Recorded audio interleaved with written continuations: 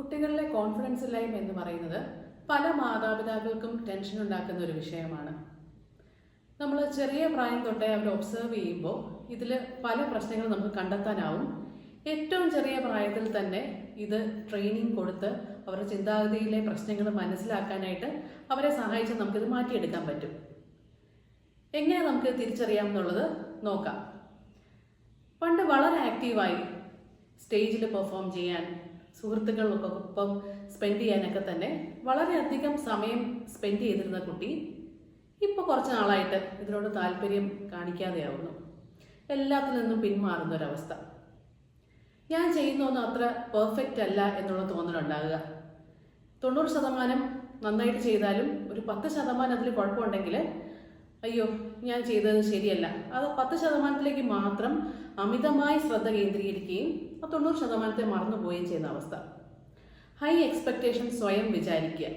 ചിലപ്പോൾ അവർക്ക് ചുറ്റുമുള്ള ആളുകൾ, ചിലപ്പോൾ അധ്യാപകരോ മാതാപിതാക്കളോ സുഹൃത്തുക്കളോ ആരെങ്കിലുമൊക്കെ തന്നെ ഇവരെ പറ്റി എപ്പോഴും ഹൈ എക്സ്പെക്റ്റേഷൻ വെക്കുന്നതുകൊണ്ട് തന്നെ ഞാൻ അവരെ ഡിസപ്പോയിന്റ് ചെയ്യുമോ എന്നുള്ള രീതിയിലൊരു ചിന്തയൊക്കെ അവരുടെ മനസ്സിലേക്ക് വരാം. അതുകൊണ്ട് ഒരു കാര്യങ്ങളും ചെയ്തു നോക്കാതെ ഭയന്ന് എല്ലാത്തിൽ നിന്നും പിന്നോട്ട് പോകുന്ന അവസ്ഥ. ഒരു തീരുമാനം എടുക്കാനാണെങ്കിൽ അതിന് ശ്രമിക്കുന്നില്ല, അവർക്ക് ഭയമാണ്. അവരെന്ത് ചെയ്യും? മാതാപിതാക്കളെയോ സുഹൃത്തുക്കളെയോ ഒക്കെ ഡിപ്പെൻഡ് ചെയ്യുന്നു. ഒരു ചെറിയ കാര്യം പോലും, ഒരു ഡ്രസ്സ് ചൂസ് ചെയ്യണം, അതിന് പോലും മറ്റൊരാളോട് ചോദിക്കുകയാണ് ഏതാണ് എനിക്ക് ചേരുന്നത് എന്ന് ചോദിച്ചിട്ട് സ്വന്തമായിട്ട് കോൺഫിഡൻ്റ് ആയിട്ട് നിൽക്കാൻ പറ്റാത്ത ഒരവസ്ഥ. ഇവർക്ക് പതുക്കെ ഡിപ്രഷനോ ഉത്കണ്ഠയോ പോലുള്ള പ്രശ്നങ്ങൾ ഡെവലപ്പ് ചെയ്യുന്നുണ്ടോ എന്ന് നമ്മൾ നോക്കണം.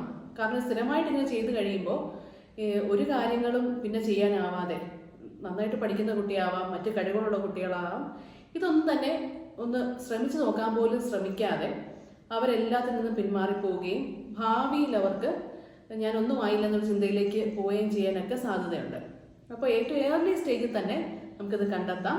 അവരുടെ ചിന്താഗതിയിലെ പ്രശ്നങ്ങൾ മനസ്സിലാക്കി കൊടുത്തുകൊണ്ട് ഒരു കൗൺസിലിങ്ങിലൂടെയൊക്കെ അവരുടെ കോൺഫിഡൻസിനെ നമുക്ക് മെച്ചപ്പെടുത്തി കൊണ്ടുവരാം.